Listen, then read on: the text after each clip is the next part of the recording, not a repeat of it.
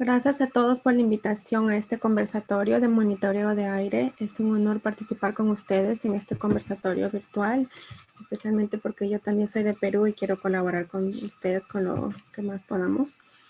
Esta presentación la elaboramos en conjunto con Alex Rivera, mi colega de la División de Protección de Ambiente del Caribe. Él está en Puerto Rico y yo trabajo en la sede de Nueva York de la División de Aire y Radiación del EPA. La continuación presentación vamos a hacer es llamada herramientas de monitoreo continuo de calidad de aire.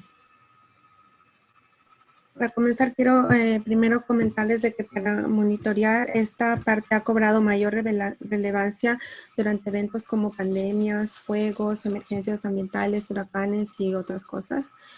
Y hay muchos estudios preliminares sobre la relación entre la mayor exposición a contaminación con tasa de mortalidad asociada con el COVID. Y también la contaminación en el aire tiene un impacto significativo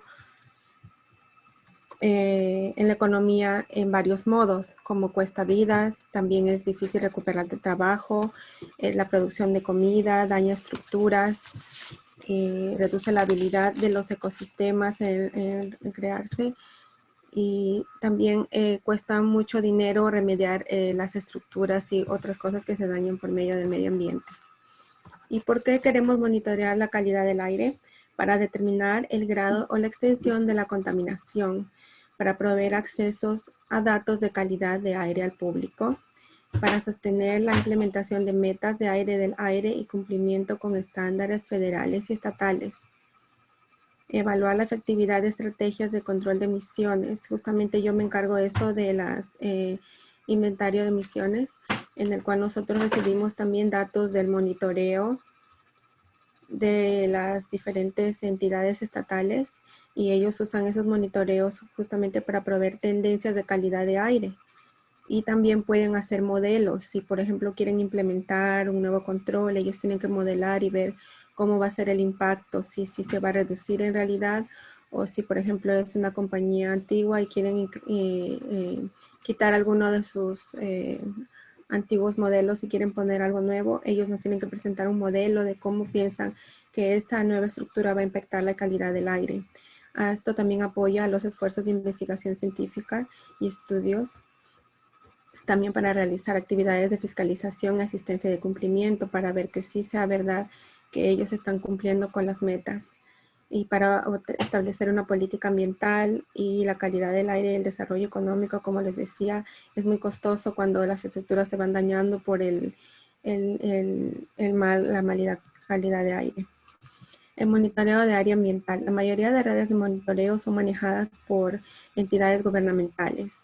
La EPA cuenta con el Centro de Información de Tecnología de Monitoreo Ambiental, donde pueden encontrar toda la información acerca de las redes y estaciones estatales y locales SLAMs. Provee métodos de monitoreo y procedimientos.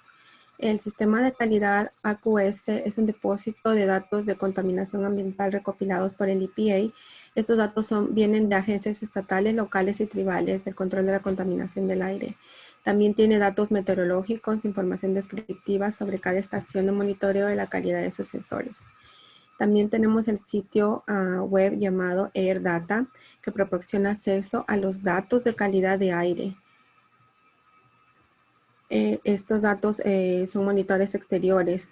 Se pueden descargar estos datos y se pueden crear informes resumidos. AirNow también proporciona un fácil acceso a información de calidad de aire pronosticada en tiempo virtual, en tiempo actual, y usan una índice de calidad llamado AQI. AirData provee acceso a datos colectados de la calidad de aire por monitores en Estados Unidos, Puerto Rico y las Islas Vírgenes de Puerto Rico. ¿Qué podemos hacer con estos datos? Se pueden descargar los datos o verlos directamente. Se pueden producir reportes estandarizados, crear gráficos con las herramientas de visualización y también se pueden crear mapas interactivos. ¿Quiénes pueden acceder a estos datos? Eso es un open source que le llamamos acá, que cualquiera puede acceder a estos datos para ver la calidad de aire. Si uno entra a la website de AirData, ¿qué se encuentra? Se encuentra con una serie de herramientas, como por ejemplo, en esta ocasión vamos a explorar un poco más lo que es DataBeast de Air Quality Tracker y los monitores. En lo que es Air Data Air Quality Monitors, podemos ver los monitores, dónde quedan localizados y qué tipo de concentración de contaminantes tiene. Yo escogí el que está localizado en la Universidad del City College, donde estudié. Ellos tienen acá monitoreo del PM2.5. Como se puede ver en la gráfica, es exactamente de ese monitor. Entonces se puede ver acá los puntos que son la concentración del PM2.5 que pasó en marzo hasta junio, que estuvimos en confinamiento, comparado con lo que está actualmente de 2020. Se puede ver la concentración, que acá tiene más dispersión de datos que en la que estamos en este año. En AirNow, en Air Purple, se usa mucho lo que es el AQI, que es el índice de calidad de aire. Acá les tengo la tabla para que vean. Para el color verde es bueno, de 0 a 50. El amarillo moderado, el naranja es perjudicial para grupos sensibles como gente con asma o problemas respiratorios. El rojo es dañino para la salud, morado perjudicial y marrón peligroso. Más datos de cómo hicieron la tabla y las conversiones se pueden conseguir aquí en este link que les puse, y también la conversión aquí la tienen porque a veces en cada país tienen diferentes regulaciones.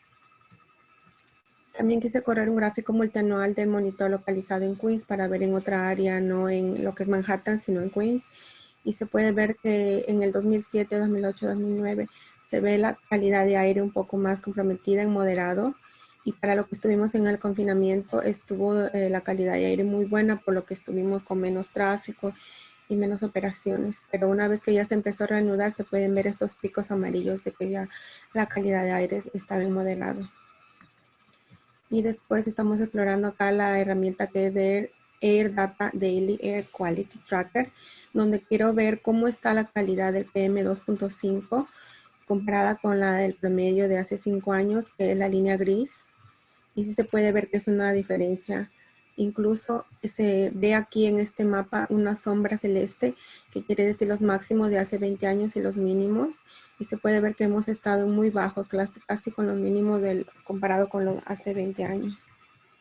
Y la otra herramienta, que se llama Purple Air, esta herramienta tiene monitores en diferentes lugares en el mundo. Por ejemplo, acá tenemos en Nueva York, que está en verde, y en Perú, en este otro mapa, se pueden ver estos datos, que se ve la concentración de masa, son calculadas por medio de cuenta de partículas. Y la mayoría de estos datos son en tiempo real, que se pueden ver del día anterior o de los días recientes. Ahora le voy a dar paso a mi compañero Alex para que continúe con la presentación. Él trabaja en Puerto Rico en la División de Protección Ambiental del Caribe. Muchas gracias por la oportunidad. He estado fuera de Zoom por un rato. Mis disculpas. Pero he estado escuchando la presentación, así que continuamos. Para seguir con el tema que Isabel ya habló sobre los sensores, creo que es pertinente poderles hablar sobre la herramienta que tiene EPA sobre el uso de sensores, lo que le llaman la caja de herramientas. Este website que lo estamos compartiendo con ustedes es el que contiene la mayoría de la información relacionada a los distintos tipos de sensores, distintos tipos de aplicaciones, basado en el objetivo que se tenga del proyecto. Le da una guía de cómo utilizar los mismos. Actualmente pues tiene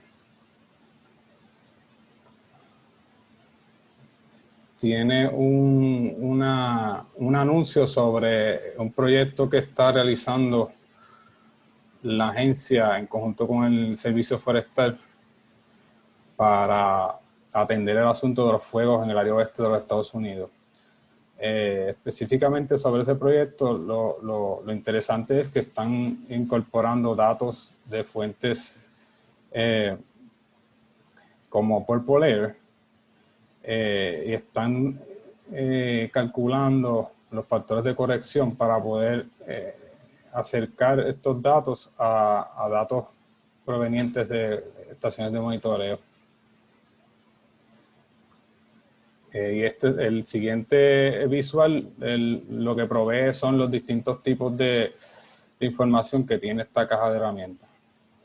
En el siguiente slide, pues incluí otra herramienta que precisamente la compartieron conmigo ayer.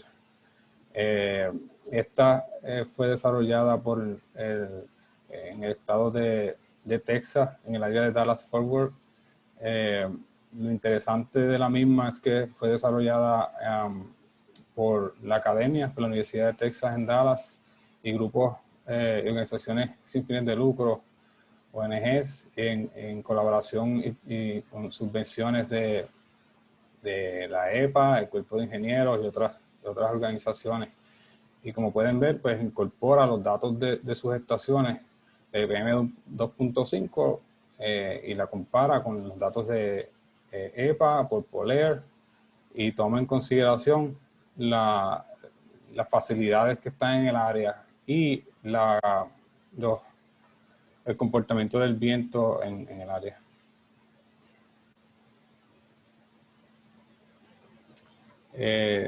También quería hablarles sobre cómo, ya que hemos estado hablando del uso de los sensores, qué aplican esto en asuntos regulatorios. Usualmente estos datos pues no los tomamos mucho en consideración, pues por no ser, muchos de ellos no están en acorde con los métodos que se utilizan para tomar decisiones y acciones regulatorias. Pero sin embargo, estos sensores pues, pueden ser buenos para aumentar el conocimiento sobre el comportamiento de los contaminantes en el aire. También lo podemos utilizar para monitorear el comportamiento del aire en áreas de interés y en puntos calientes o hotspots. También conocer los cambios y tendencias dentro de un tiempo definido o en distintas temporadas. Y también como herramientas de visualización son tremendas. Para trabajar con aumentar la conciencia pública, que es un factor sumamente importante, y voy a hablar sobre ello luego en las lecciones aprendidas de todo esto. Y va a depender mucho sobre el objetivo y el tipo de aplicación, como le mencioné, porque estos sensores pues, varían dependiendo, o sea, tienen la exactitud, la precisión y el sesgo, pues puede variar dependiendo el objetivo y obviamente el equipo que se va a utilizar.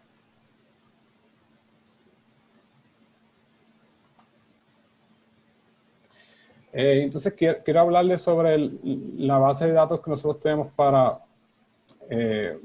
fiscalización. Y más bien, lo interesante de esta base de datos es que está abierta al público. Eso, pues, para mí es la parte clave y volvemos, hablaré un poco más sobre eso en las lecciones aprendidas.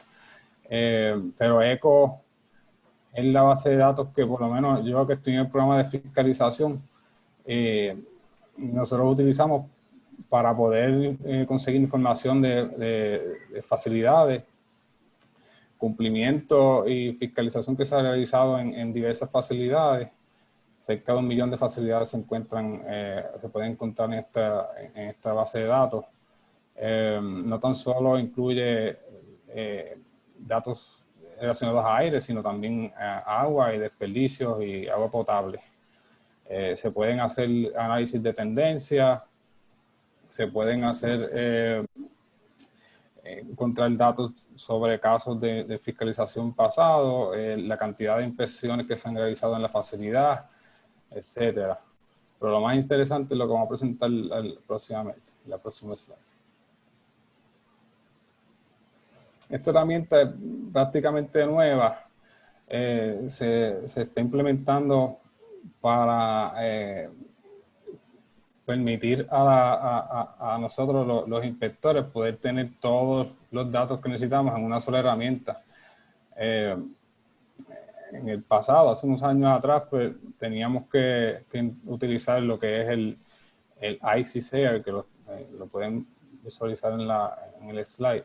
En esa herramienta pues estaba todo relacionado a fiscalización, inspecciones y demás. pero para obtener información como condiciones ambientales, inventarios de emisiones, teníamos que salir de la herramienta. Ahora con esta herramienta ECAT podemos tener todo en un solo lugar y nos permite realizar fiscalización de una forma más efectiva.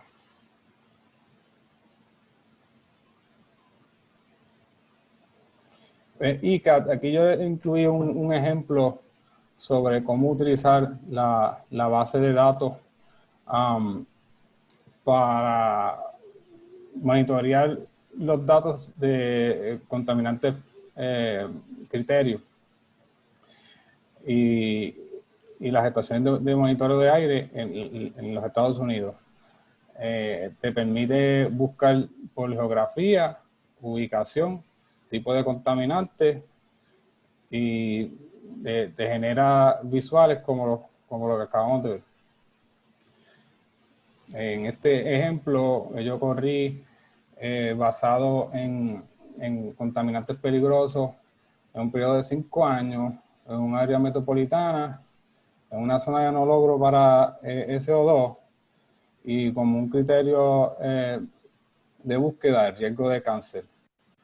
Y van a ver que ya me cierra digo, estamos hablando de los Estados Unidos, tenemos un área bastante grande, pero tenemos una cantidad de facilidades en las que nos podemos enfocar. Y como en el ejemplo próximo, pues seleccioné una estación en el estado de Pensilvania, donde podemos ver que tenemos 4 fuentes de emisión, 4 facilidades que al momento están en incumplimiento. Puedes ver las que están de rojo y la de amarillo.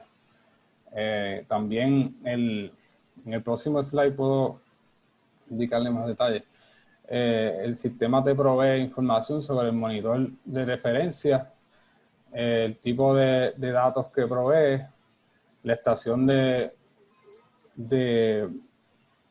o sea, la estación del aeropuerto, que en este caso, la que nos provee la información del viento y la velocidad.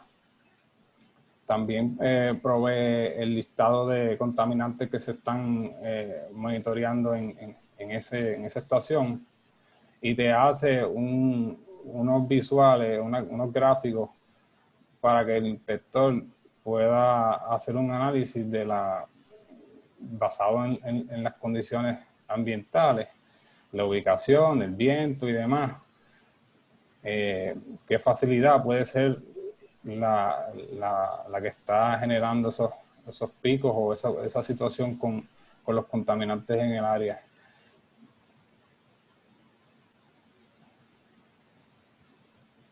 Otra herramienta que estamos utilizando, sobre todo en estos momentos de confinamiento, se trata de una base de datos que permite a todas las facilidades emitir sus reportes de monitoreo, resultados de pruebas de eficiencia y resultados de monitoreo de perímetro electrónicamente. La base de datos se llama CEDRI.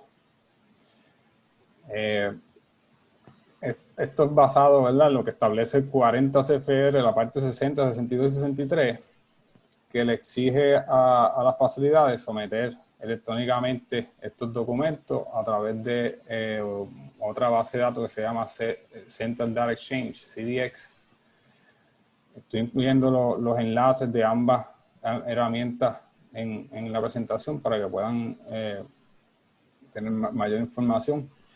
Esta herramienta, por lo menos en mi caso, me permite de una forma mucho más fácil desde mi escritorio yo poder hacer esfuerzos de fiscalización basados en un tipo de industria específica, en una regulación, un reglamento específico o una ubicación de interés.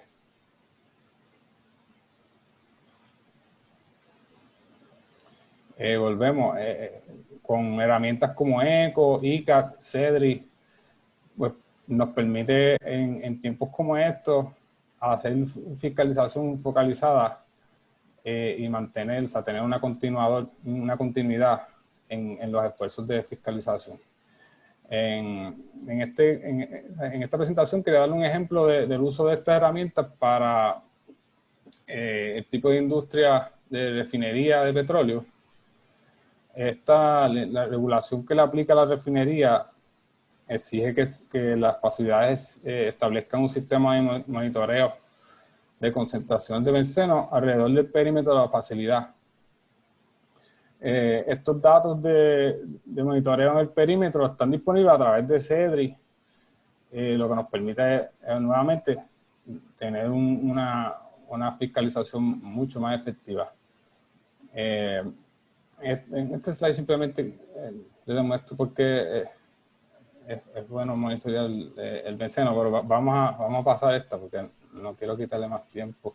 Lo más importante es, quería explicarles sobre cómo podemos utilizar las herramientas visuales y lo que establece la regulación para nuestro beneficio y para el beneficio de la comunidad y no tan solo de la comunidad, sino de la comunidad regulada también, porque ellos se benefician de forma que pueden detectar problemas temprano, pueden corregirlos de una forma más ágil.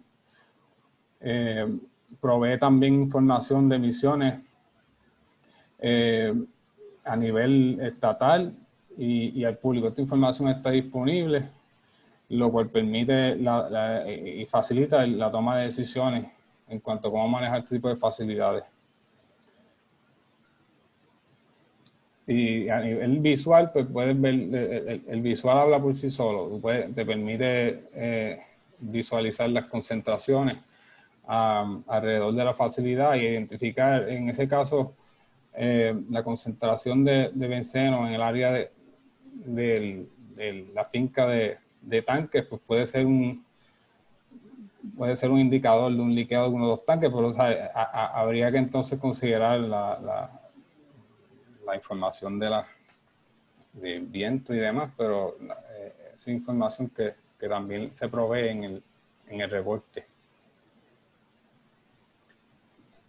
Otra herramienta que está siendo extremadamente útil durante estos tiempos de pandemia y que hemos estado utilizando no tan solo en tiempos de pandemia, sino para desarrollar casos muy importantes de enforcement, pero ahora en estos tiempos ha cobrado mucho más peso porque es un vehículo móvil que desarrolló el Centro de Investigación y Fiscalización Nacional de EPA, el NEIC. Este vehículo tiene una serie de analizadores para metano, benceno, tolueno, etilbenceno, sileno, VOCs totales, estación meteorológica y un sistema de posicionamiento global GPS. Eso le permite generar datos en tiempo real y crear mapas como los y visuales como los que incluí en el slide. En este caso, el primer visual se trata de una facilidad que el interés era monitorear hidrocarburos. Como puedes ver, las flechas que ven en el visual se trata de la dirección del viento y la velocidad de los mismos. El color verde, o sea, la diferencia en el color verde, anaranjado y rojo establece el incremento en la concentración del contaminante. La otra foto es del vehículo. El otro es otro ejemplo de un visual que se genera esta herramienta. Lo interesante de esta herramienta es que todos estos visuales se pueden generar hasta en movimiento, al momento, y le permite a la agencia evaluar unas cantidades inmensas de áreas, una cobertura de áreas bastante significativa. Por ejemplo, hubo un proyecto que se evaluaron cerca de 200 facilidades en una semana.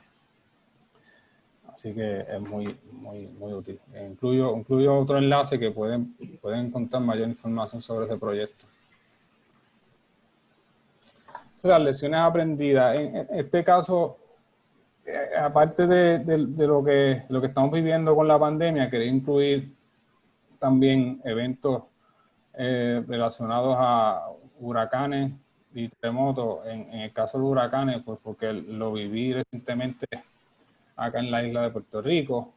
¿Y por qué lo menciono? Porque este tipo de eventos pues hace más evidente que tenemos cierta fragilidad, y las herramientas que son buenísimas y que nos provee la tecnología, pues también nos mantiene expuestos a ciertas limitaciones.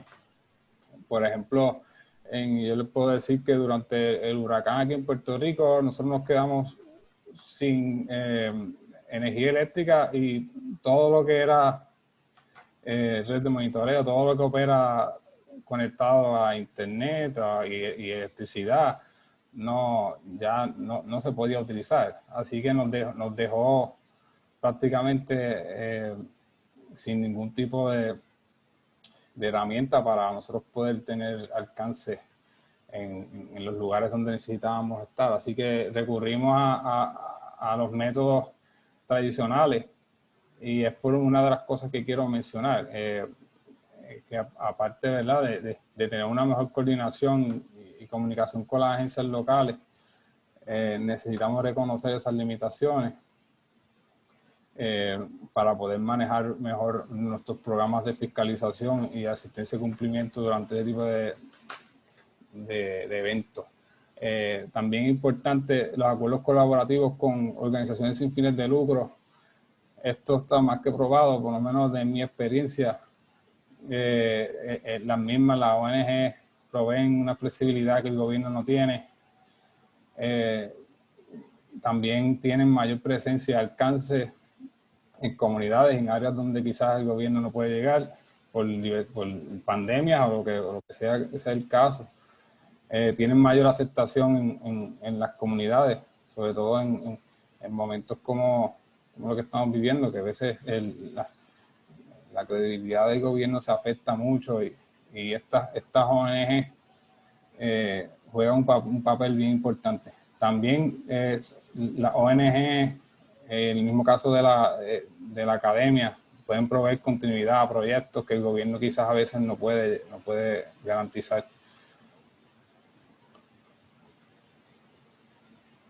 Vamos a continuar.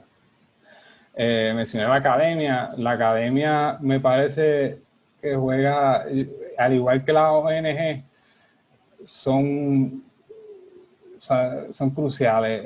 En el caso de aquí de Puerto Rico, la academia fue, al igual que la ONG, fue la primera línea de defensa de inmediato. Fueron los primeros que pudieron realizar proyectos de monitoreo de aire y evaluación de investigación de alta complejidad y credibilidad. La academia puede llevar a cabo proyectos pilotos en colaboración con el gobierno siempre. Esta lección no quiero... estos acuerdos colaborativos tienen que seguir existiendo para poder garantizar continuidad. La academia puede ayudar muchísimo en la creación de herramientas, como es el caso que les mencioné en Dallas Forward, en Texas. Es una colaboración entre la academia y el gobierno. Puede ayudar a capacitar incluso al gobierno.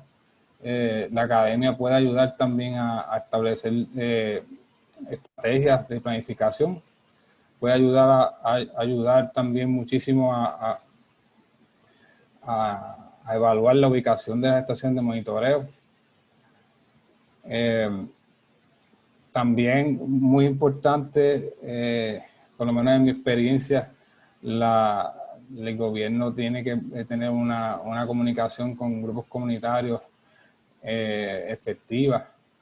Esto toma mayor importancia en momentos como estos. También quería mencionar que es importante darle seguimiento a los estudios preliminares que ya están demostrando resultados sobre la relación entre áreas de alta contaminación y la tasa de mortalidad asociada al COVID-19. Esto nosotros como entidades gubernamentales tenemos que prestarle bastante atención porque estas áreas pues se tienen que convertir en áreas de interés. Nuevamente es importante tomar en consideración estos acuerdos colaborativos con la academia, ONG, las comunidades, para poder establecer prioridades de fiscalización y asistencia y cumplimiento más efectivas y en sintonía con las necesidades actuales. Por último, pues, no nos queda otra, hemos estado tratando, ¿verdad?, las inspecciones virtuales y ha sido sorprendentemente exitoso. Exige, ¿verdad?, cierto análisis antes de hacer estas inspecciones, porque no se pueden realizar en todo tipo de facilidades, pero resultan ser una alternativa, por lo menos en este problema que estamos viviendo con la pandemia.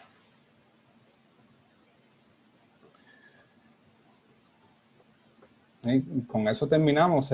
También estamos incluyendo unos slides adicionales con referencias que ustedes pueden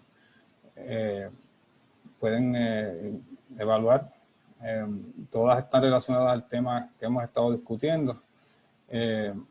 Espero que les haya gustado. Mis disculpas nuevamente por no tener quizás una buena conexión. Espero haber cubierto muchos de los temas que querían escuchar. Si hay algo que no nos dio tiempo, con mucho gusto se lo contestamos y ha sido un placer. Les quiero comentar algunas cosas respecto de los momentos que estamos viviendo respecto de la pandemia y situaciones de calidad del aire. Primero, como un aspecto general, debemos entender de que la contaminación del aire proviene de fuentes de emisión que llegan a la atmósfera y en la atmósfera se dispersan y transforman para finalmente llegar a los receptores. Entonces tenemos todo este proceso que ocurre en la atmósfera en distintas escalas espaciales y distintas escalas temporales que el monitoreo nos permite entender. O sea, cómo ocurren esos procesos y a qué escala ocurre. Sin realizar el monitoreo no podríamos saber aquello. Ahora, ¿por qué es importante y debe preocuparnos la contaminación del aire? Hay varios aspectos que tienen que ver también con distintas escalas regionales, globales y locales. Y dentro de eso hay daños a los ecosistemas por sustancias que provocan la eutroficación de sistemas lacustres. Eso quiere decir que le quitan el oxígeno y por lo tanto se vuelven anóxicos y no pueden contener la vida suficiente de forma adecuada. Por otro lado, sustancias acidificantes que acidifican las aguas, dañan los árboles, producen necrosis foliar y eso también afecta el crecimiento de plantas en los ecosistemas. Por otro lado, lo que se habla del cambio climático, donde tenemos forzadores climáticos que van hacia el calentamiento global, en algunos casos, y en otros al enfriamiento, pero ahí tenemos varios gases que tienen su origen industrial, que se producen localmente, pero que finalmente alcanzan una escala global. Y otro aspecto no menos importante es el impacto que tiene en la salud de las personas.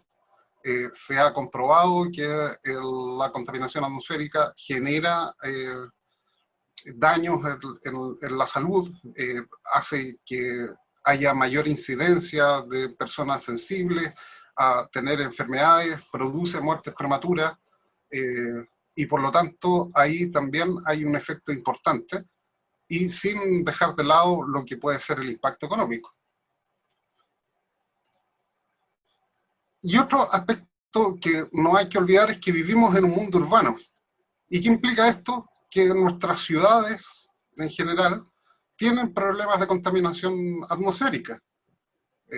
Aquí vemos algunas distintas ciudades donde vemos el impacto de la contaminación atmosférica y es donde tenemos pobre calidad del aire en general en estas ciudades.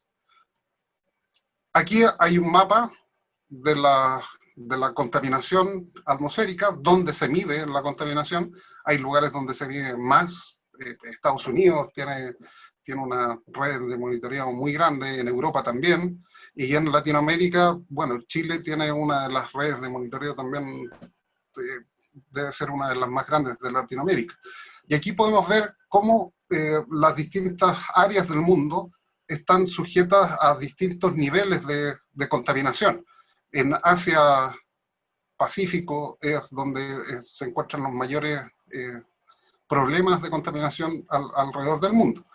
Y si lo vemos en ciudades, en un ranking de ciudades, podemos ver que Perú se encuentra en el ranking 33 de las ciudades o de los países con problemas de contaminación, Chile en el 35, bueno, y Estados Unidos en el 87. Ahora esto hay que mirarlo con cuidado porque depende también si se realizan o no se realizan mediciones. Hay países que tienen menor capacidad de medición y por lo tanto eso lo impide el rankearlos adecuadamente en este tipo de tablas. Y si nos vamos a las ciudades, bueno, aquí hay un listado de ciudades también con distintos niveles de contaminación. Santiago de Chile está en el 22, Lima en el 28, Ciudad de México en el 40, y aquí también podemos rankear y podemos ver que las principales ciudades del mundo están con problemas de contaminación atmosférica. ¿Y eso qué implica?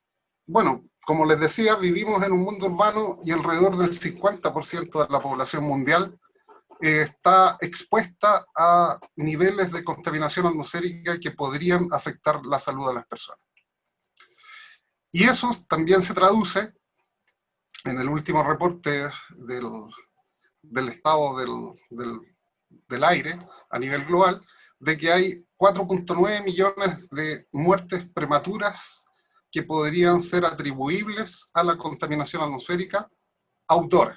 Hay otro tanto similar que es a la contaminación indoor, que son dos problemas también diferentes, pero vamos viendo con esto la magnitud del problema de contaminación atmosférica. Y otro antecedente importante es que en el año 2013 la Organización Mundial de la Salud cambia el criterio de acuerdo a la base científica que existe hasta ese momento, que se puede recuperar en ese momento, y hasta antes de 2013 decía que la contaminación atmosférica podría producir cáncer, pero dado los antecedentes recopilados epidemiológicos, médicos, etcétera, ya en el 2013 la Organización Mundial de la Salud establece que la contaminación atmosférica puede llegar a producir, o sea, produce cáncer, e incluso la categoriza en la lista 1 de carcinogénico. ¿Y qué efectos puede llegar a producir? Bueno, son variados. Hay algunos que tienen que ver con el riesgo en personas que tienen alguna patología previa, como pueden ser personas de la tercera edad o en desarrollo. En la actividad física genera riesgo. Se ha establecido también que enfermedades respiratorias del corazón y diabetes se asocian a la contaminación atmosférica y incrementan el riesgo que presentan esas enfermedades. Y por otro, también en embarazo hay nacimientos prematuros asociados, hay estudios que establecen que nacimientos prematuros por exposición a la contaminación atmosférica, e incluso han llegado más allá, que en la misma placenta se puede ir almacenando algunos contaminantes asociados a la contaminación atmosférica y que pueden llegar al feto. Y por otro lado, hay efectos que se incrementan, personas con asma, nacimientos prematuros, enfermedades del corazón, insuficiencia respiratoria, cáncer e incluso muerte prematura. O sea, hay una variada gama que está de efectos y de impactos en salud que está bien documentada en literatura. Ahora bien, les voy a hablar de dos aspectos, uno que tiene que ver asociados a las mediciones de calidad del aire y el impacto de la pandemia en algunas ciudades, principalmente en Lima, un estudio que hicimos con colegas del Servicio Nacional de Meteorología e Hidrología del Perú, y otros estudios de literatura. Entonces, partiendo con el impacto que ha tenido el COVID, bueno, hay algunas publicaciones, se las voy a ir comentando. La gestión ambiental, por ejemplo, y sostenible, contribuye al aumento de enfermedades zoonóticas, o sea, asociadas a virus, bacterias o de transmisión de animal. Y eso es un hecho importante que muchas veces no se considera en la gestión ambiental y que aquí se puede mejorar eso. Los contaminantes producen alteraciones inmunológicas, está también bien establecido de que la contaminación atmosférica produce estrés oxidativo, y es ese mecanismo de estrés oxidativo el que conlleva el daño celular, apoptosis y la muerte celular, y por lo tanto eso es un cofactor cuando tenemos otro agente, como puede ser un virus, que puede llevar a aumentar las muertes prematuras. Y también se ha descrito impactos ambientales directos, como generamos cuarentena y todo un protocolo para la prevención y control de la contaminación del COVID. Eso ha llevado a que las ciudades se paralicen, frenen su actividad, y por tanto tenemos una disminución de los niveles de contaminación.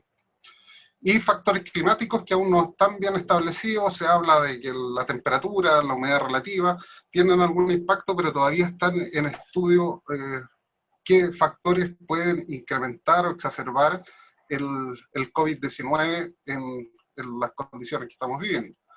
Y el enfoque en la salud también. Hay basura ahora que se está generando que tiene que ver con los dispositivos médicos, todo el tema de mascarillas, la misma contaminación biológica que puede llevar el desperdicio de eso, y el desarrollo de posibles artículos médicos biodegradables. Este es lo que hemos visto acá con los colegas del Servicio Nacional de Meteorología e Hidrología. Hicimos un estudio del impacto de las medidas de control del COVID en la ciudad metropolitana de Lima, Callao, a partir de las estaciones del monitoreo que realizan en las distintas estaciones en la ciudad de Lima. Estas son las que mantiene el Servicio Nacional de Meteorología. Y a partir de eso empezamos a analizar qué era lo que pasaba históricamente, lo que está en rojo, desde el 2017 al 2019, en este periodo de pandemia, antes del lockdown, en verde, y en azul lo que está sucediendo cuando se tomaron las medidas de cierre de la ciudad. Y podemos ver que en general, para la contaminación PM10 se observan disminuciones de las concentraciones atmosféricas del PM10, del PM2,5 también se observan disminuciones en distintos grados en distintas partes de la ciudad, y para otros contaminantes como el NO2, ahí con respecto al histórico se observan disminuciones, pero no con el pre-lockdown. Y por otro lado, el ozono, se observa un aumento de su concentración, producto del cambio de la dinámica en la atmósfera. Aquí los colegas del CERNAGEMIN hicieron a partir de datos satelitales, se obtuvieron la columna de óxidos de nitrógeno, y se puede ver cómo antes del lockdown del 1 de febrero al 15 de marzo, cómo se distribuían las concentraciones de NO2 en la ciudad, y durante el lockdown cómo estas disminuyeron y cuál fue su cambio relativo.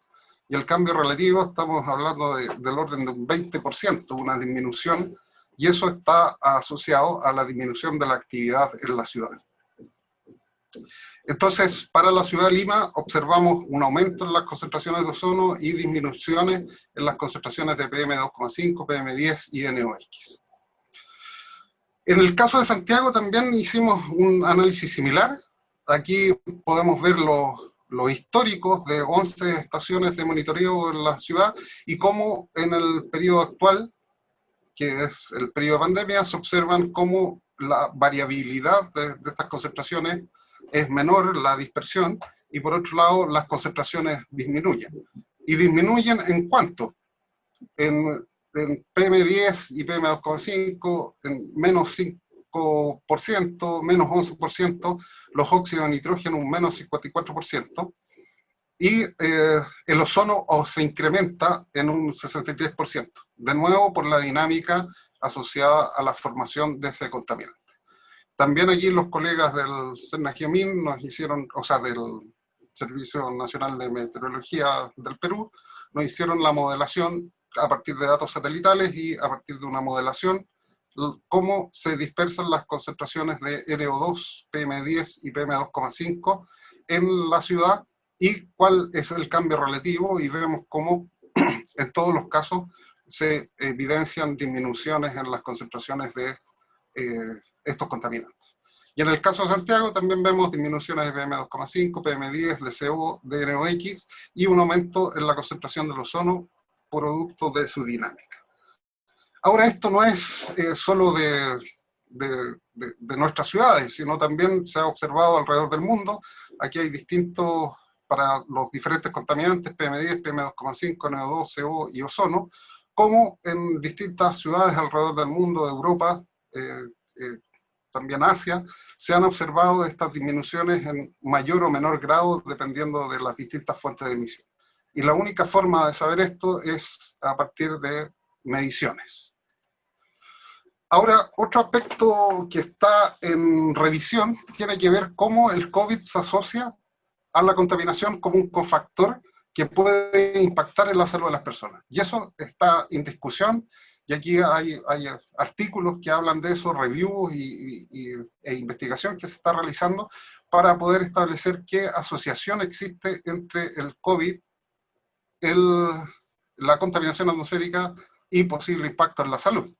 Aquí en estos estudios se han visto en Italia, por ejemplo, cómo las concentraciones de PM10 se asocian en este gráfico de la bota aquí con letras y en fondo blanco, cómo las mayores concentraciones de PM10 se asocian en esta otra figura de fondo negro con los mayores contagios por coronavirus. Entonces, se ha logrado establecer alguna asociación, pero que no es muy clara. Acá en China también tenemos la imagen satelital de las emisiones de NO2 y cómo estas se distribuyen, los contagios en las distintas zonas, y también van coincidiendo una mayor contagio con mayores concentraciones de contaminantes atmosféricos. Lo otro que no está bien establecido aún y se está investigando es cómo factores atmosféricos como la temperatura, humedad relativa y radiación afectan la dinámica del COVID-19, y en este caso, en este estudio se presenta cómo un aumento de la temperatura hace disminuir el riesgo relativo del contagio por COVID, y entonces tendría una asociación indirecta, mayor temperatura, menor riesgo. En el caso de la temperatura, en la humedad relativa se está viendo que puede ser inverso, a mayor humedad relativa hay mayor riesgo. Y por lo tanto, eso es algo que se está estudiando y que tiene que se tiene que resolver, digamos, con la investigación que se está realizando. Ahora, en una siguiente estudios de investigación, está qué es lo que ocurre en ambientes confinados.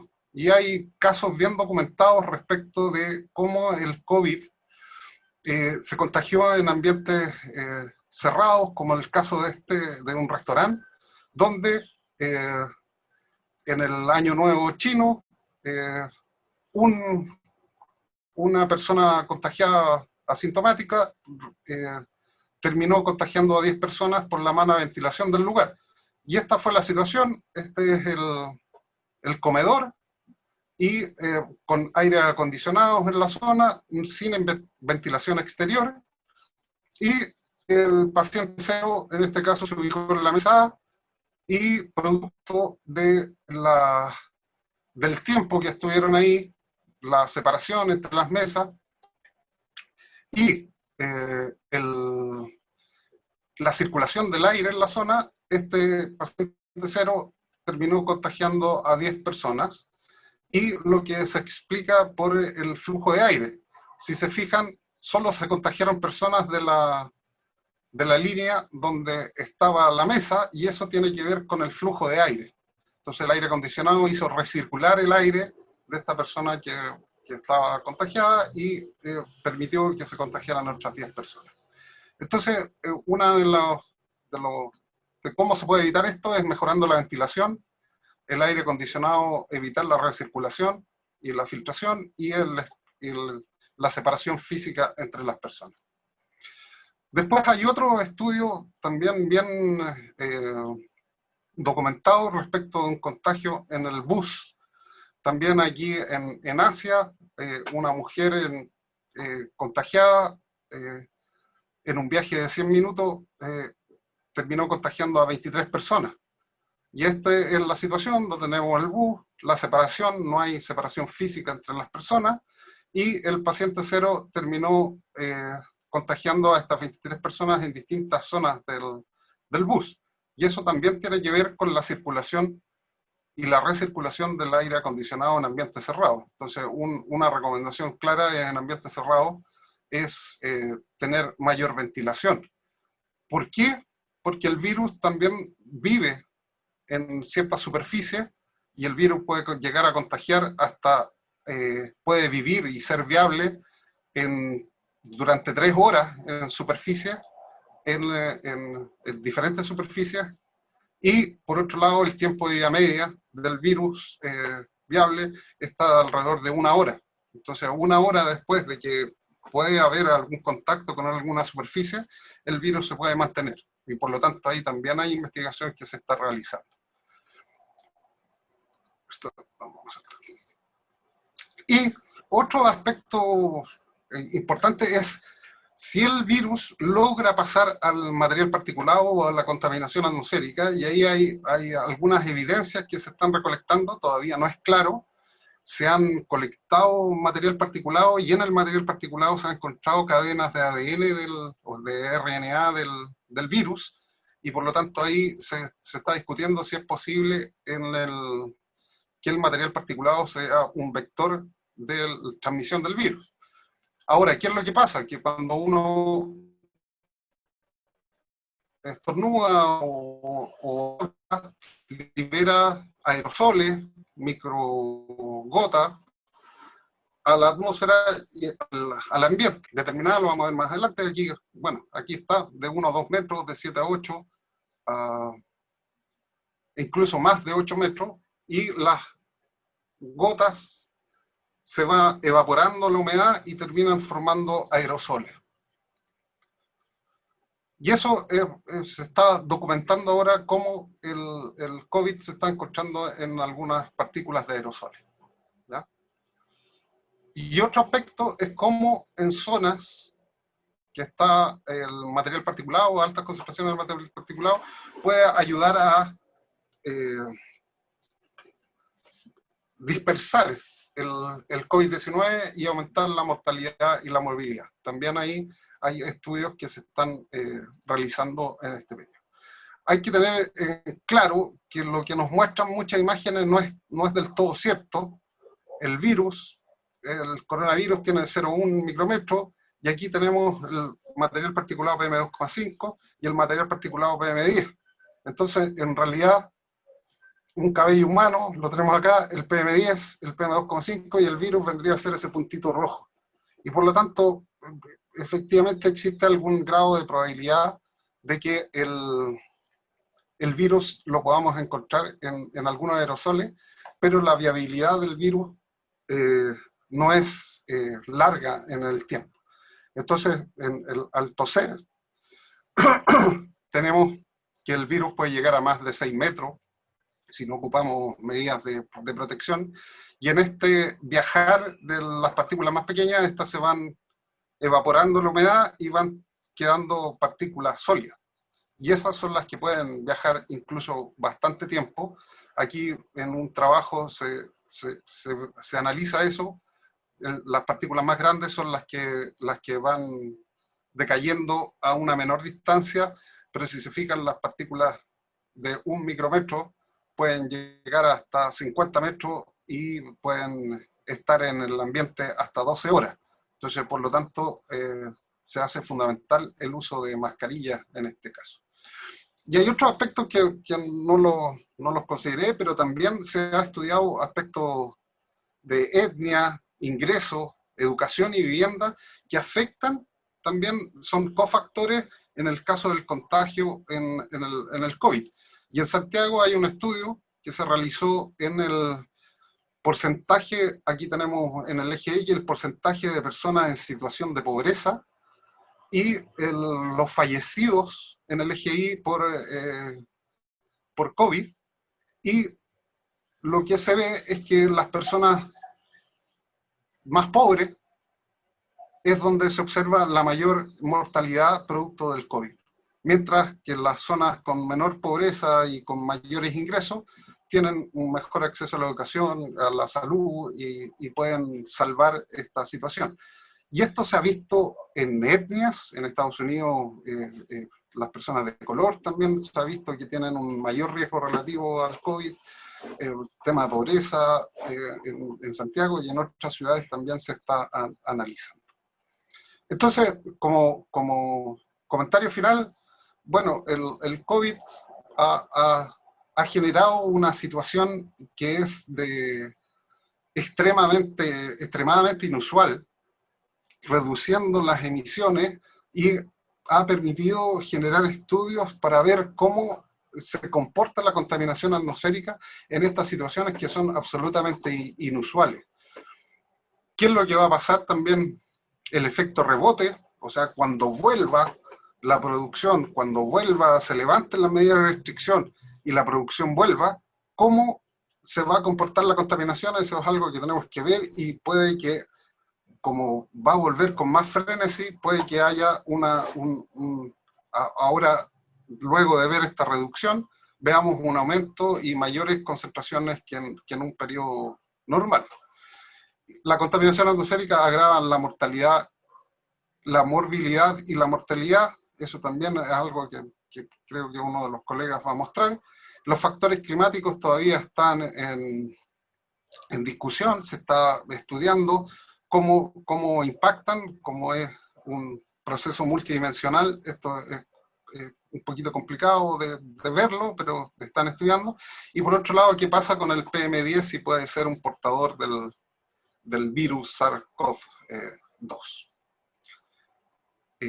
Y eso les quería comentar el día de hoy. Muchas gracias por su atención.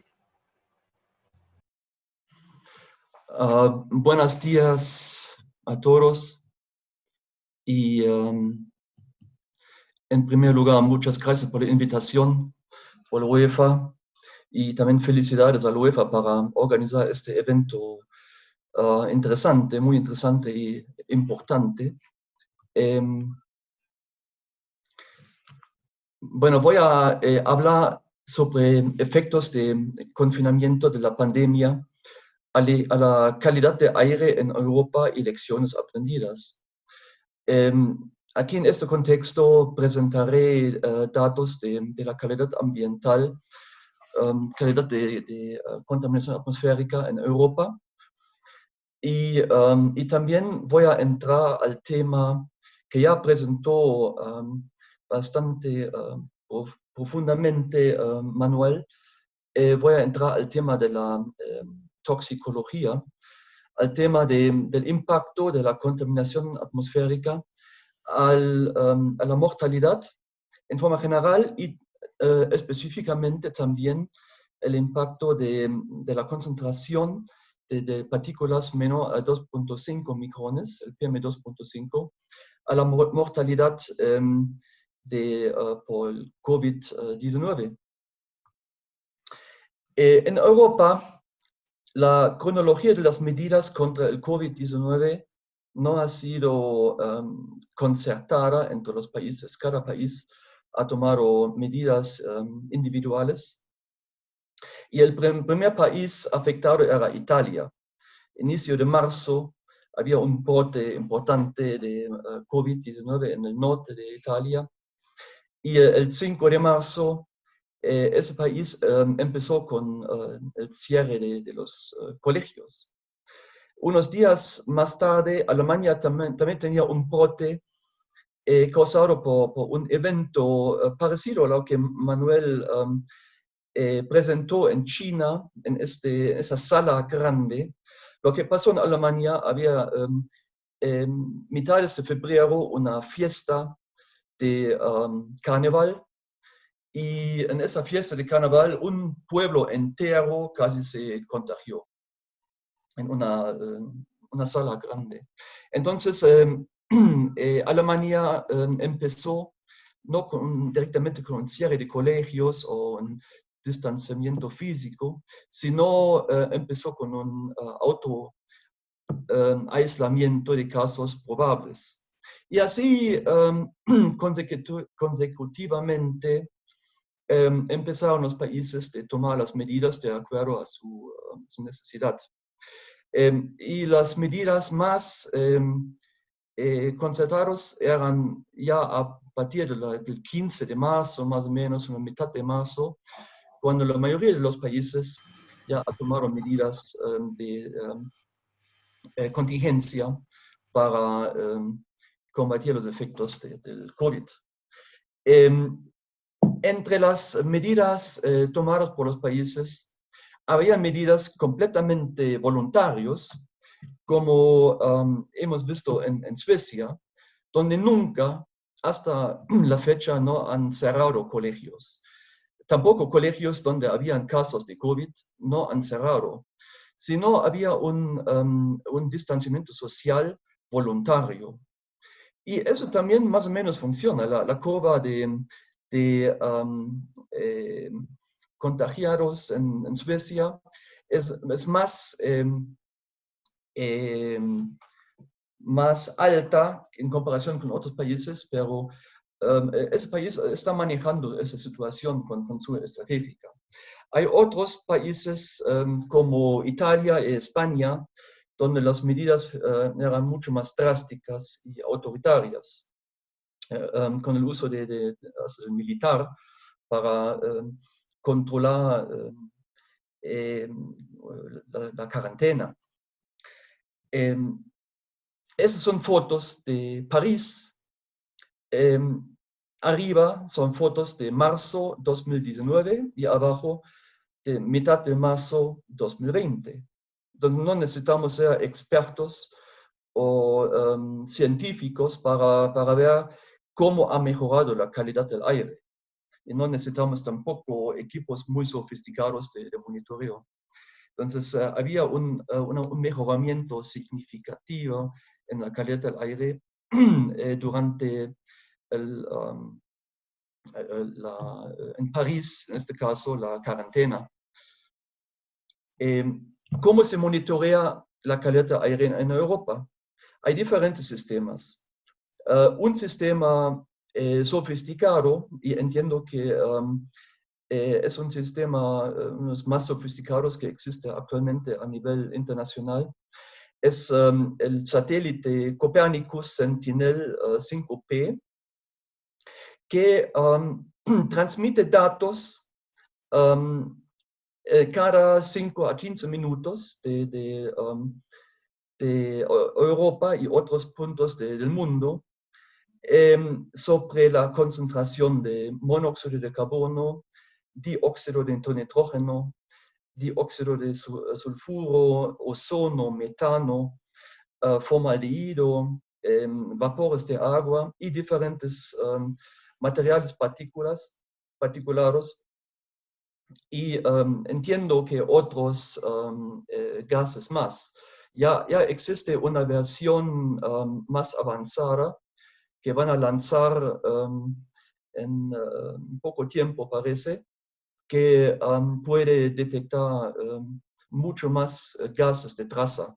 Porque hay que entender que en nuestra atmósfera hay más de 200 gases más o menos tóxicos, antropogénicos, que hay que monitorear y hay que cuantificar para entender la química atmosférica. Aparte de estos fotos satelitales, Europa cuenta con un sistema de estaciones estacionarias de monitoreo de aire en más de 2000 lugares. Y estas estaciones son interconectados y los datos se manejan en forma en tiempo real en la EEA. La EEA es la European Environmental Agency, es como la EPA de Europa. Aparte de esas 2000 estaciones, hay una cantidad que no conozco de estaciones que no son conectados a esta red, que son estaciones manejadas por municipios de ciudades más grandes, por ejemplo, en Alemania, de Berlín, de Múnich, de Hamburgo, de Colonia. Todas estas ciudades tienen sus propios redes de monitoreo de aire. Y no todas estas estaciones son realmente interconectados con la EEA. En Europa, esta es una foto satelital del año 2018, mostrando la concentración de PM2.5. Y en Europa, en los últimos 20 años, la situación ha mejorado bastante. Desde 98 hasta 2018, la concentración promedia del PM2.5 bajó en 54% en Europa. Actualmente hay todavía unos lugares con problemas, por ejemplo, más que todo el norte de Italia, con Milano como el foco principal, y en Europa oriental, los países de Polonia, Hungría, Chechia y todos los países balcánicos tienen todavía problemas. Son retrasados en la aplicación de tecnologías más limpias, pero hay bastante apoyo de la Unión Europea para ellos se pueden equilibrar al nivel de los otros países. En forma general, si vemos este mapa, Europa ya es bastante verde, y verde quiere decir en este caso concentraciones del PM2.5 por debajo de 15 microgramos por metro cúbico en promedio. Solamente, como digo, en Italia, en el norte de Italia, hay concentraciones que exceden en algunos lugares 25 microgramos por metro cúbico. Y era justamente en esta zona del norte de Italia, Manuel ya lo mencionó, donde había una tasa elevada de mortalidad por el COVID-19. Y más adelante voy a entrar un poco más en detalle en ese tema. Aquí vemos una correlación de calidad de aire con reducción del tráfico vehicular. A mano izquierda vemos un gráfico donde vemos la actividad del tráfico en diferentes países. Y como vemos aquí en Italia, como Italia ha tomado las primeras medidas de contingencia, mitigación, ellos han reducido drásticamente el tráfico. Ya mitad de marzo el tráfico era 90% por debajo de su nivel normal. Luego vemos la curva roja, continuó con España, que también por la cuarentena implicada en España han reducido drásticamente su tráfico. En Alemania y en otros países no había una restricción general del tráfico, pero igual se ha reducido el tráfico bastante. Pero en forma general, a partir de la mitad de marzo, vemos una reducción drástica del tráfico en toda Europa como promedio. Y eso se refleja también en la calidad del aire. Mano derecha vemos la reducción de contaminantes en Italia durante el mes de marzo. Y vemos que lo mismo que hemos visto en Lima, el NO2 se reduce drásticamente si se disminuye el tráfico. Quiere decir que aquí en Italia, con el promedio unos 40%, hasta 50% se ha reducido el NO2, tanto en el área urbano como rural. Eso implica que el NO2 realmente es un gas que es emitido por la combustión más que todo de diésel, de petróleo y de motores más antiguos, ¿no? Porque motores más modernos emiten mucho menos NO2, pero motores antiguos emiten bastante NO2, son contaminación muy fuerte. En el caso del PM2.5, la reducción es mucho menor. La reducción tanto en el norte de Italia como hemos visto en otros países también, llega en su punto máximo a unos 20%, tanto en el área urbano como rural. Y eso es interesante porque aquí podemos ver claramente que el tráfico no es la fuente principal para la formación del PM2.5. Hay otras fuentes que voy a mencionar más adelante. Igual que en el caso de ciudades como Lima o de Santiago, el ozono aumenta la concentración. Y eso es un efecto que no es sorprendido porque el ozono se forma catalizado por la radiación ultravioleta. Más fuerte la radiación ultravioleta, más rápido se forma el ozono. Y como la atmósfera en marzo de 2020 era más limpia, había más radiación ultravioleta y consecutivamente el ozono se formó más rápido.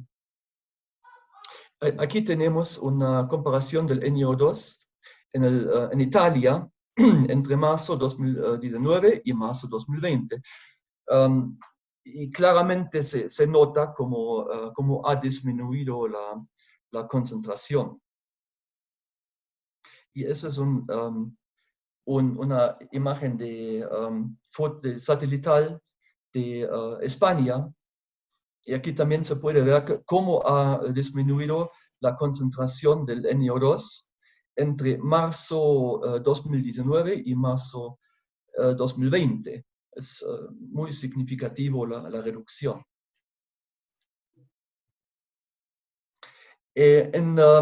Comparando los datos de contaminación atmosférica de un periodo con otro periodo, no es tan fácil, es bastante problemática en muchos casos, porque la atmósfera es muy dinámica y hay eventos atmosféricos del clima que afectan drásticamente a la concentración de contaminantes atmosféricos.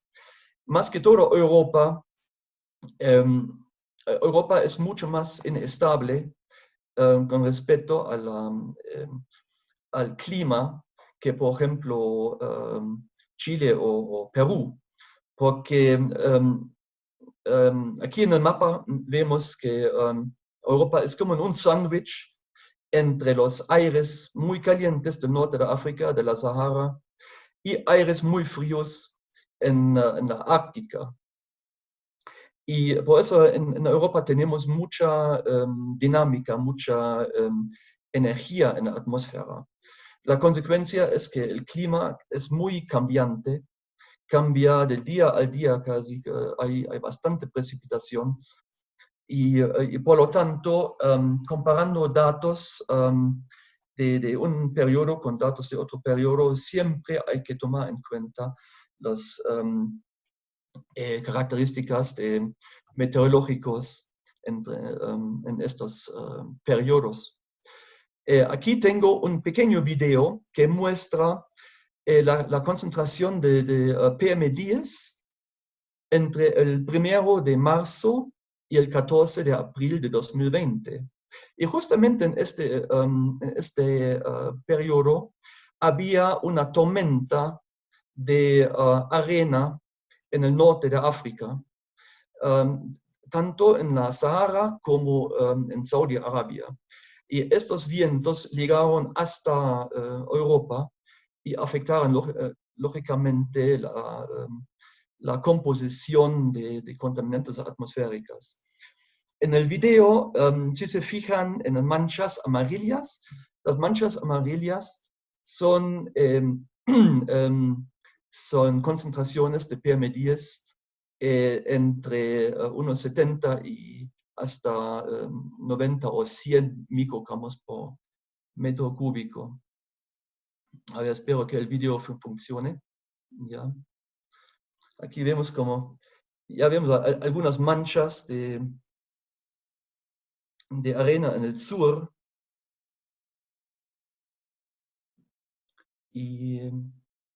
Pero claramente se nota cómo cambia tanto las concentraciones del PM10, del día al día casi, y también cómo cambian los vientos.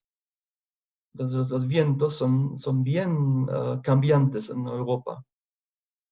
Y ahora se nota cómo llegó la nube de arena hasta Europa. Entonces, si comparamos datos de 2019 con datos de abril 2020, tenemos que tomar en cuenta estos eventos, ¿no? Y para no comparar manzanas con naranjas. Manuel ya presentó la problemática del PM2.5 con respecto a la salud humana. Entonces voy a pasar muy rápidamente ese tema aquí también. Aquí mano izquierda vemos ese tronco, parece un tronco de árbol, pero ese es un pelo humano. Y aquí, mano izquierda, tenemos granos muy finos de arena. Y en comparación, es bolitas azules, ese es el material particular, con 10 micrones. Y los puntitos rojos es el PM2.5. Y como Manuel ya ha comentado, el tamaño del virus COVID-19 es aún unos 20 veces menor que esas partículas de PM2.5. Es muy, muy pequeño. Las características toxicológicas del PM2.5 es que no solamente entran hasta el último rincón de nuestros pulmones y dañan el pulmón causando inflamaciones y hasta cáncer del pulmón. Esas partículas aerosoles penetran también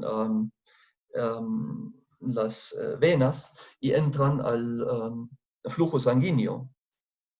Y una vez en la sangre, atacan a varios órganos. En primer lugar, atacan al corazón, donde causan una serie de problemas cardiovasculares. Y también afectan al sistema reproductor de la mujer, donde pueden dañar al feto, más que todo en el primer mes del embarazo. En el sistema circulatorio causan problemas también de enfermedades coronales. Una lista realmente grande de enfermedades que causan estas partículas. La reducción de la esperanza de vida por el PM2.5 ha sido investigado en diferentes investigaciones, pero estoy presentando este gráfico que es el resultado de una investigación realizada en Estados Unidos, utilizando datos de 1978 a 82 en unas 50 ciudades que tienen diferentes concentraciones de PM2.5 en el aire. Y se nota una clara correlación entre la concentración del PM2.5 y la expectativa de vida. La concentración donde no se encuentra ningún impacto para la salud se ha definido entre 8 y 10 microgramos por metro cúbico. Hay estudios que han definido 8 y otros estudios 10. Por lo tanto, la OMS ha definido una referencia, un valor de referencia de 10 microgramos por metro cúbico para el PM2.5. En Estados Unidos trabajan con 15 microgramos por metro cúbico, valor de referencia. En la Unión Europea aplican a partir de enero de este año un valor de 20 como un tipo de ECA, un valor de límite anual, como promedio anual. Antes era también 25, como actualmente está en el Perú. Hay estudios que han realizado en China, en ciudades que son aún más contaminadas, donde se ha visto que la curva aún baja más rápido si las concentraciones son más altas. Pero se puede concluir aquí, basándose solamente en esos datos, que entre 10 y 25 microgramos por metro cúbico, la expectativa de vida se reduce en promedio más o menos 1 año y medio. Entonces, unos 15 microgramos por metro cúbico causa una reducción de la esperanza de vida por un año y medio. Como digo, si las concentraciones son más altas, de unos 25, 30, 35 microgramos por metro cúbico, la esperanza de vida baja aún más rápido. Y aquí en estudios que el UEFA ha realizado en Cusco, donde hay muchos latrilleros, hemos visto que frecuentemente hay concentraciones por encima de 70 microgramos por metro cúbico. Y en esos lugares hay una esperanza de vida bastante reducida que se nota en las altas tasas de mortalidad por enfermedades cardiovasculares y respiratorias. No me recuerdo bien del número, pero creo que eran más del 60% de la población muere por ese tipo de enfermedades. El aumento de la mortalidad por COVID-19 con relación a la exposición al PM2.5 Existen dos estudios que encontré que recientemente han publicado. Un estudio con datos de Estados Unidos, que ha sido publicado por la Universidad de Harvard, y otro estudio donde se han utilizado 355 municipios en Holanda, y fue publicado por la Universidad de Birmingham en cooperación con la Universidad de Berma de Suiza. En ambos estudios han claramente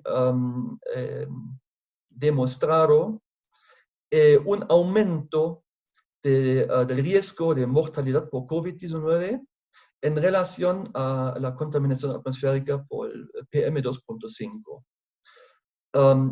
En el estudio de Harvard encontraron un incremento de la exposición crónica de 1 microgramo por metro cúbico PM2.5 encima de la línea base de 8 microgramos por metro cúbico, que causa un aumento de 8% de riesgo de mortalidad por COVID-19.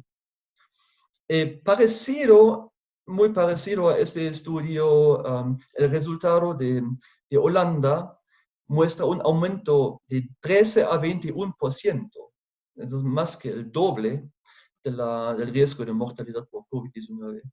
Ambos estudios utilizaron puntos finales, ¿no? Endpoints de investigación, utilizando la mortalidad por enfermedades cerebrovasculares, quiere decir derrames cerebrales, ataques cardíacos y angina, cáncer del pulmón, mortalidad por asma o otras enfermedades pulmonares obstructivas crónicas.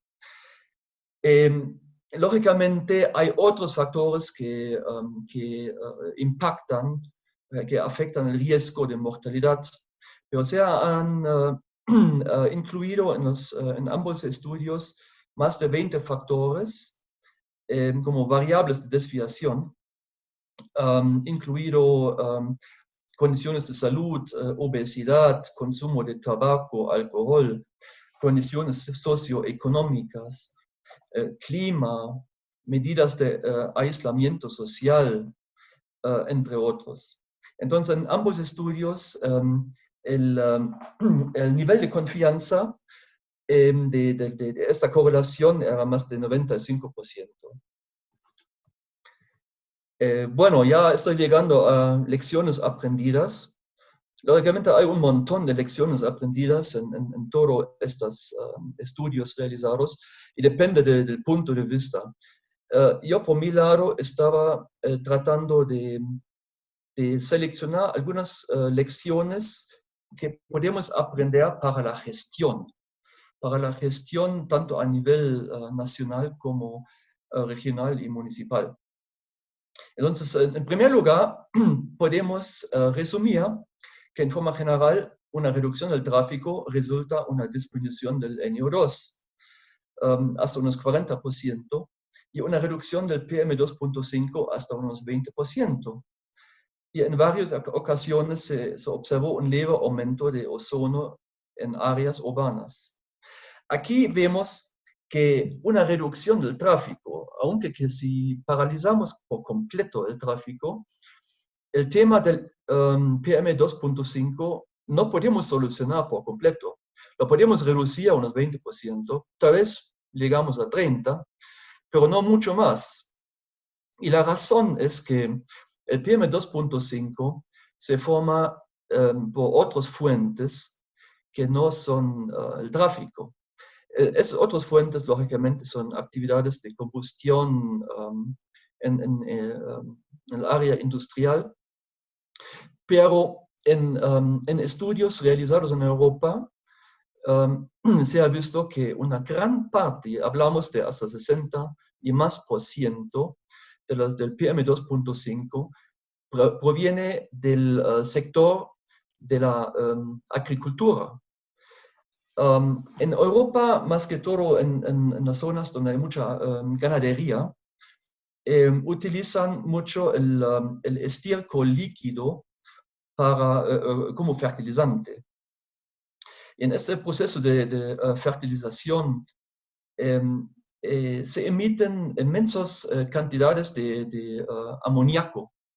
Seguramente si ustedes han entrado en un corral donde hay muchos chanchos o pollos, se nota ese olor a amoníaco. Quiere decir, en el estiércol, en la descomposición de las proteínas, se forma amoníaco, es un gas. Y ese gas es básico. Y en la atmósfera, ese gas básico reacciona con gases ácidos, que es como el NOx, el NO2, el NO, el SO3, SO2.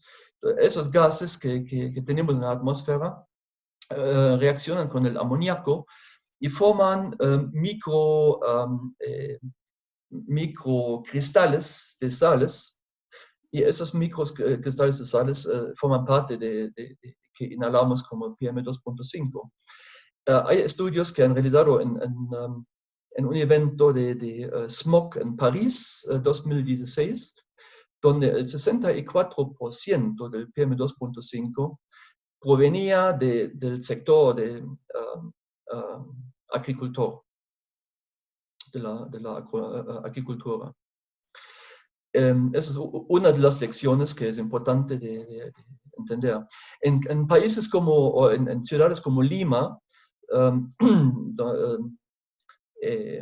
cerca del mar, también hay un cierto efecto natural por la marea del mar, donde las microgotas del agua del mar evaporan y forman cristales de sal común microscópicos en el aire, también, que forma parte del PM2.5. Concentraciones del PM2.5 por encima de 8 a 10 microgramos por metro cúbico aumentan el riesgo de morbilidad y mortalidad por COVID-19 y, lógicamente, otros patógenos también. Un incremento de exposición crónica de 1 microgramo por metro cúbico en PM2.5 causa un aumento de 8 a 21% de riesgo de mortalidad por COVID-19, basándose en los dos estudios mencionados. La reducción media de 1 microgramo por metro cúbico evitaría un 3% de las muertes prematuras por cardiopatía isquémica. Es un paso adelante antes de sufrir un ataque, un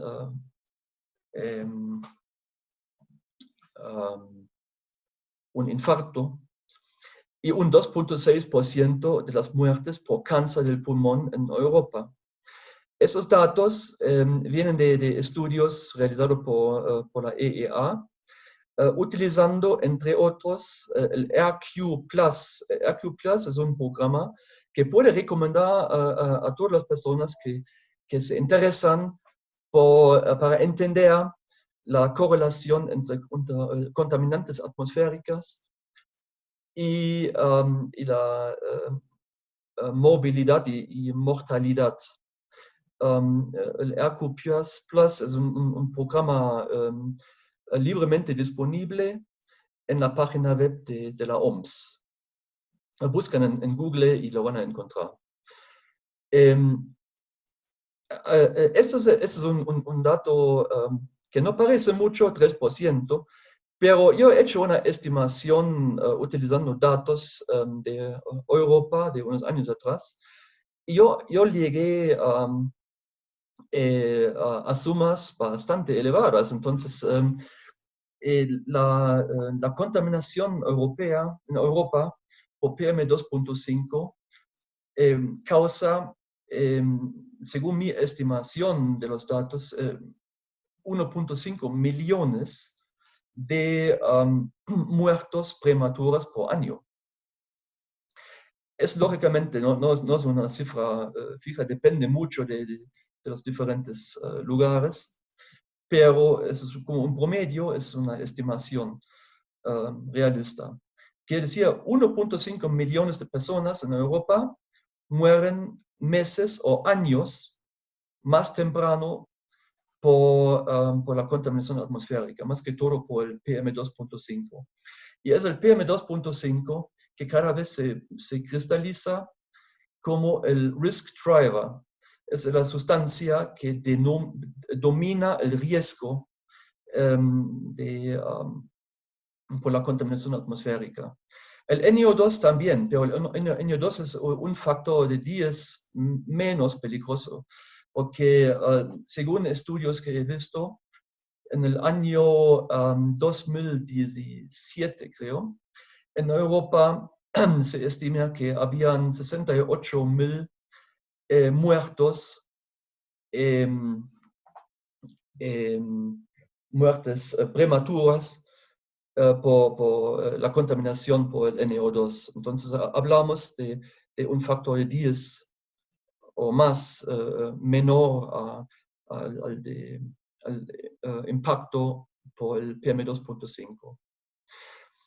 Como consecuencia, la toxicidad del PM2.5 demanda un enfoque más consistente para la reducción de este contaminante y de otros contaminantes atmosféricos. Aquí, en paréntesis, he puesto algunas ideas y algunas medidas que se pueden tomar. Entre estas es la planificación urbana. Se ha visto que la implementación de parques urbanos puede reducir drásticamente o significativamente, y hablamos de hasta 30 o más % en la cercanía de los parques, de áreas verdes, se reduce la concentración del PM2.5. También, lógicamente, hablamos aquí de la implementación de sistemas de tráfico público, de transporte público masivo, de la implementación de zonas donde se prohíbe la circulación de vehículos, y también el fortalecimiento y la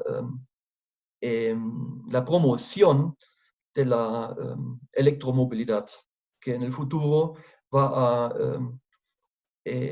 contribuir significativamente en la reducción de la contaminación atmosférica urbana. Energías renovables es otro tema que en Europa está fuertemente apoyado por la Unión Europea y los países miembros, y que también es un tema muy importante en todo este mix de medidas para reducir la contaminación atmosférica.